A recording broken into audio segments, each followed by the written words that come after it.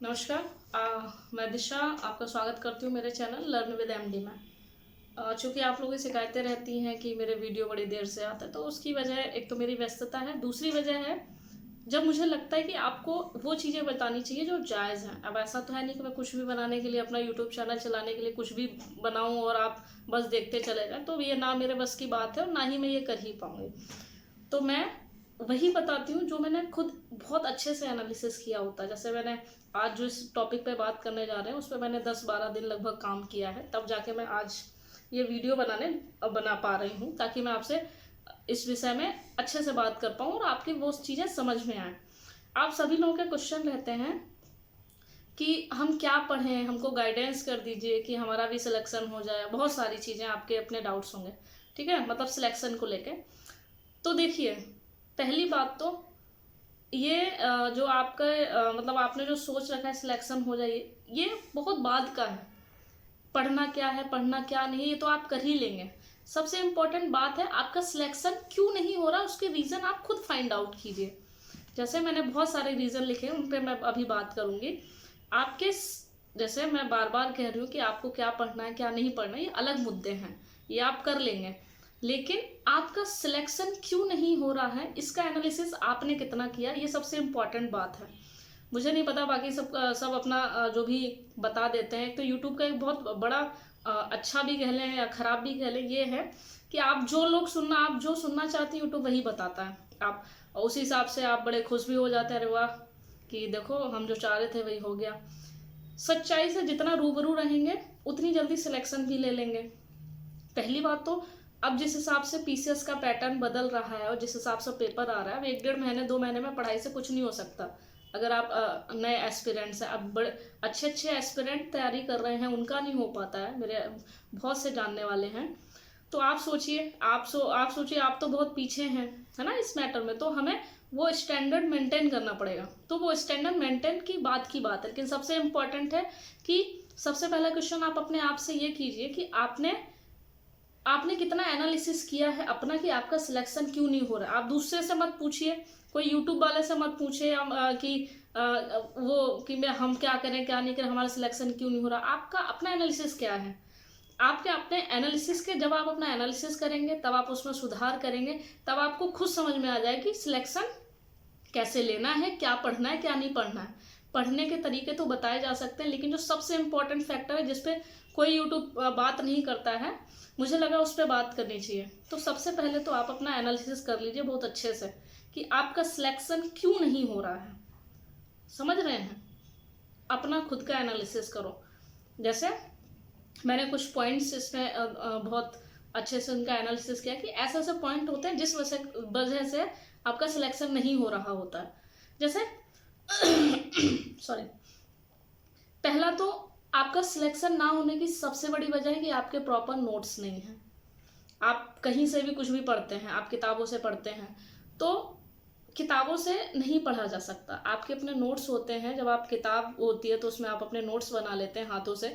जब तक आपके अगर नोट्स नहीं हैं तो आपके सिलेक्शन में दिक्कत है, क्योंकि आप किताब बहुत मोटी होती है।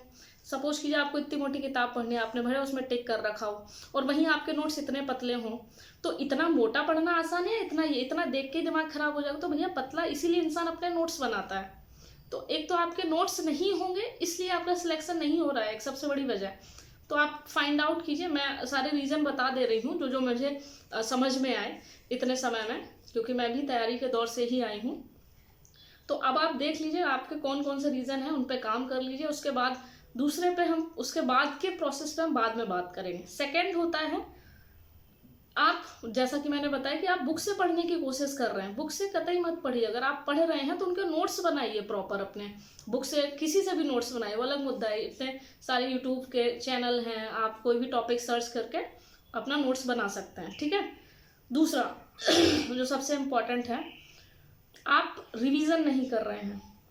सबके लिए होता है, मान लीजिए आप किसी के नोट्स बन भी गए हैं लेकिन फिर भी उसका सिलेक्शन नहीं हो रहा, तो आपकी रिवीजन बहुत स्ट्रॉन्ग नहीं है, आपकी रिवीजन आपके टिप पर नहीं है। तो आप अपनी रिवीजन पे ज़्यादा काम कीजिए।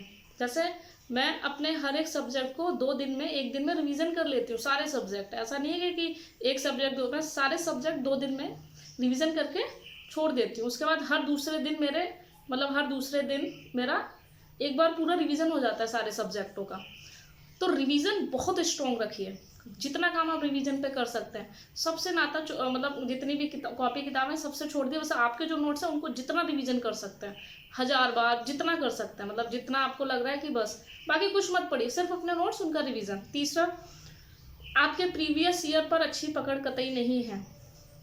मैंने बार बार बोला प्रीवियस ईयर कैसे बनाते हैं, ऐसा नहीं कि आपने उसको सॉल्व कर लिया। अरे भाई 150 क्वेश्चन है, आप उसमें से आप वो टिक कर लो। अब जैसे सपोज कीजिए कोई क्वेश्चन आया 150 में से आपको 100 आ रहे थे, 50 नहीं तो 50 क्वेश्चन का नोट्स बना लो प्रीवियस ईयर का, तो वो फिर आपका प्रीवियस ईयर का पूरा नोट्स हो जाएगा। जैसे मेरे अपना प्रीवियस ईयर के नोट्स हैं, कम से कम इतनी पतली होगी, तो उसको मैं रिवीजन करती हूँ। तो आपके प्रीवियस ईयर के नोट्स आपके नहीं बने हुए हैं, इसलिए एक दिक्कत हो सकती है। नेक्स्ट, करंट अफेयर के क्वेश्चन आपके बहुत गलत हो रहे होंगे। आपने करंट अफेयर के बहुत सारे सोर्सेस रखे होंगे, घटना चक्र भी पढ़ते होंगे, दृष्टि भी पढ़ते होंगे, घटना सार भी पढ़ते होंगे, क्रॉनिकल।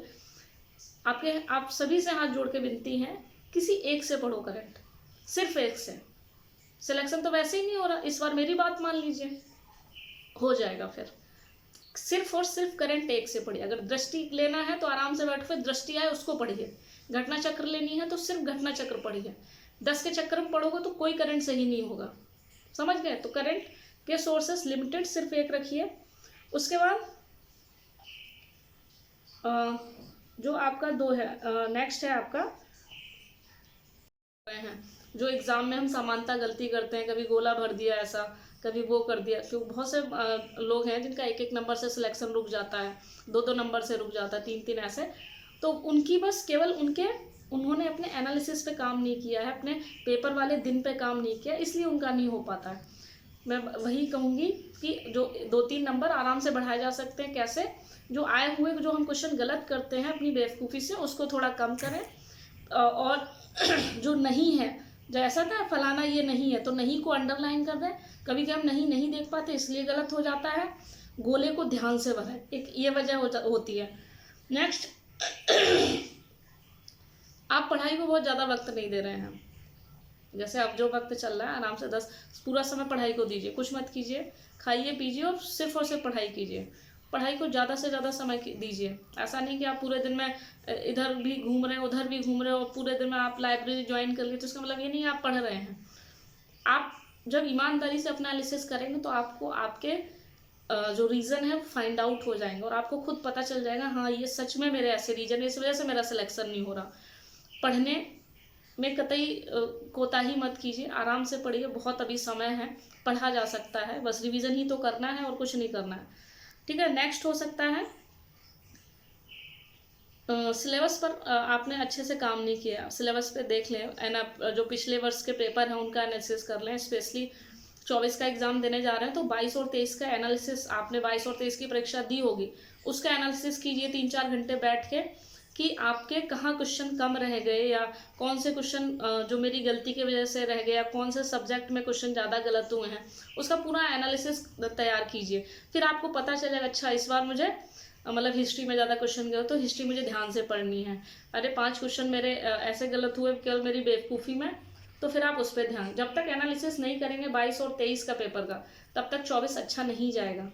तो अपने 22 और 23 पेपर को कम से कम नहीं तो 5-6 घंटे अच्छे से एनालिसिस कीजिए, उसका एक बना लीजिए शॉर्ट कि ऐसी ऐसी गलती की थी, मतलब करंट जैसे आपको पता चलेगा किस सब्जेक्ट में आपने कम नंबर आए हैं, आपके कितने गलत हुए, सारी चीज़ें वो अपना एनालिसिस कीजिएगा। जो नेक्स्ट है वो है आपका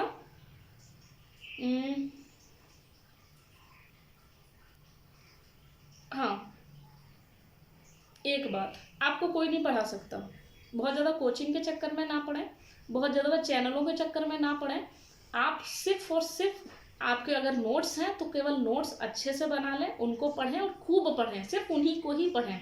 मैं बार बार कहती हूँ उन्हीं को ही पढ़ें, रिवीजन रिवीजन रिवीजन, और कुछ नहीं इसके अलावा। और यही सबसे मुश्किल काम है, हम रिवीजन करते ही नहीं हैं, जबकि रिवीजन ही है एकमात्र उपाय। कहते हैं कस्तूरी मृग वाला जो है वो हमेशा, जो मृग है वो कस्तूरी ढूंढता रहता है, वैसे ही आप सभी लोग हैं। आपके पास आपके नोट्स होते हैं, बस आपको पता है कि रिवीजन करनी है, लेकिन आपको रिवीजन नहीं करनी इधर उधर की बातों में, यूट्यूब के चैनलों में और पता नहीं किस किस से पूछते फिरना है, लेकिन अपना नहीं काम करना है। आपका सिर्फ और सिर्फ काम रिवीजन होना चाहिए। रिवीजन कीजिए तभी सिलेक्शन होगा। हाँ, और पर डे की गई पढ़ाई पर एनालिसिस करें कि आपने कितना पढ़ा कितना नहीं पढ़ा, तो आपको पता चलेगा अच्छा आज तो आप 8 घंटे का टाइम निकाले तो 8 घंटे में तो 4 घंटे तो आप इधर उधर घूमे ही हैं, 1 घंटे चाय हो गई, 2-3 घंटे में उधर लाइब्रेरी के अंदर बैठ के आपने मोबाइल चलाया, है ना, रील्स देखे, पता नहीं चलता इसमें कब कितना वक्त निकल जाता है। कोशिश क्या करें, लाइब्रेरी जाया करें तो फ़ोन घर पे छोड़ के जाया करें, वहाँ सिर्फ पढ़ना है और सिर्फ पढ़ना है। ब्रेक ले लीजिए अपना थोड़ा थोड़ा, वो चलेगा, लेकिन ये नहीं आप इतने लंबे लंबे ब्रेक ले रहे हो। और जो सबसे इम्पोर्टेंट बात है, कल क्या करना है उसका शेड्यूल आपका एक दिन पहले बन जाना चाहिए। जैसे अब मुझे कल क्या क्या पढ़ना है, कल कितना समय, मुझे कौन सी चीज़ें ख़त्म करनी है, मुझे टारगेट्स है, आज ही अपनी डायरी में नोट कर लूँगी, आज ही रात में मैं नोट कर लूँगी कि मुझे क्या क्या पढ़ना है कल के लिए। अब जब कल कर बैठोगे तब तुम्हें पता ही नहीं अच्छा करना क्या, पहले ही से हमें पता, अच्छा दिमाग को मैसेज दे दो कि अच्छा तुम्हारी ये लिस्ट है, कल के काम तुम्हें ऐसे ऐसे करने हैं, इस पे लगना है। तो यही सारे काम हैं, खुद पर अपनी एनालिसिस करो, और बहुत से रीज़न आप फाइंड आउट खुद करेंगे जब आप अपना एनालिसिस करेंगे। तो बार बार कह रही हूँ, कोई आपका सिलेक्शन नहीं करा सकता, ना मैं करा सकती हूँ, ना कोई भगवान भी उतरा है वो भी नहीं करा सकता। सिलेक्शन आप खुद ही लेंगे, अपनी दम पे लेंगे, अपने एनालिसिस से लेंगे। जितना जल्दी एनालिसिस कर लेंगे, जितनी गंभीरता से एनालिसिस कर लेंगे उतनी, और एनालिसिस के साथ आपने जो गलतियां कर रहे हैं उनको सुधार लेंगे, श्योरिटी के साथ आपको खुद लगने लग जाएगा कि हाँ मेरा सिलेक्शन अब हो जाएगा, भले थोड़ा समय लगे लेकिन होगा ज़रूर। इसलिए सारा काम आपको स्वयं करना है, कोई दूसरा नहीं करा सकता।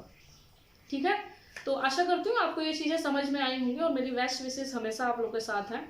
आप सब अच्छा करें, हम सब मिलके अच्छा करें, इससे अच्छी बात क्या होगी। तो वीडियो को यहीं समाप्त करते हैं। बाकी चैनल से जुड़े रहिए, चैनल को लाइक कर सकते हैं, सब्सक्राइब कर सकते हैं और शेयर कर सकते हैं अपने दोस्तों में। थैंक यू सो मच हमसे जुड़े रहने के लिए, थैंक यू।